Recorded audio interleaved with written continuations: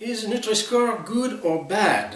For those who don't know what NutriScore is, it's a system that's been developed in France and spread mostly in Europe with a colored scale from A to E, indicating if the product is considered good for your health or not so good for your health. And there's been lots of criticism because certain products that have been very traditional products for centuries all of a sudden have a bad score, and of course the people who produce that or know that generations have eaten that and didn't seem to hurt them particularly, then don't understand why.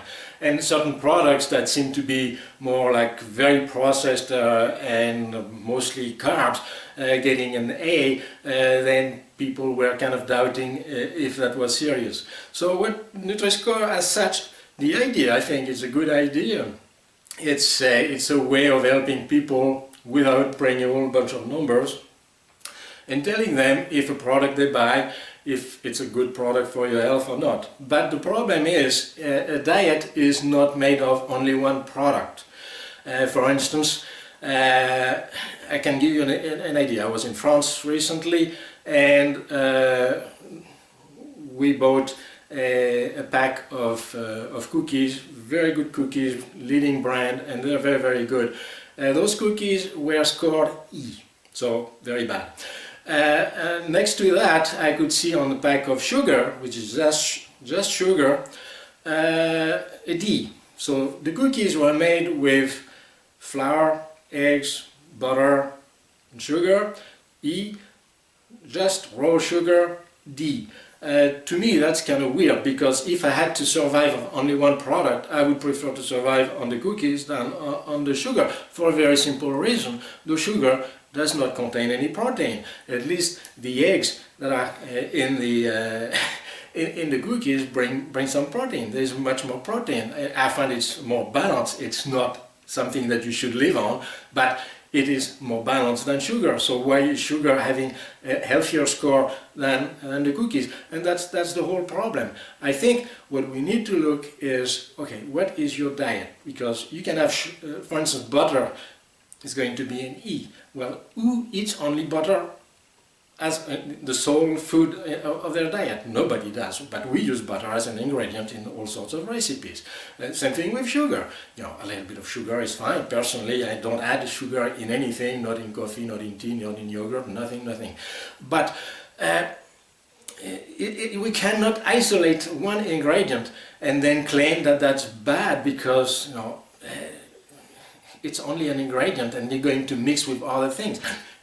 If you know how to cook, it's very simple. You have, you bring a source of protein, you bring a source of carb, you bring a source of fat, you bring a source of energy. So it's a combination of products that if you take them separately, some are going to score A and others going to score E. That's normal. But what is the average? Well, the average could very well be a B.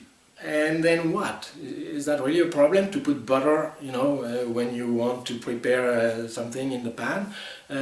So it's rather silly. They're too focused on fat, too focused on sugar, too focused on ultra-processed food, although it's not always very clear what ultra-processed food means. I think it would be a lot more useful to basically use the NutriScore as the basis for an app that's going to be used at home, where you bring all the ingredients of what you're going to cook tonight. Let's say, I don't know, a chicken fillet with some broccoli and some mashed potatoes and some, I don't know, and a salad with that.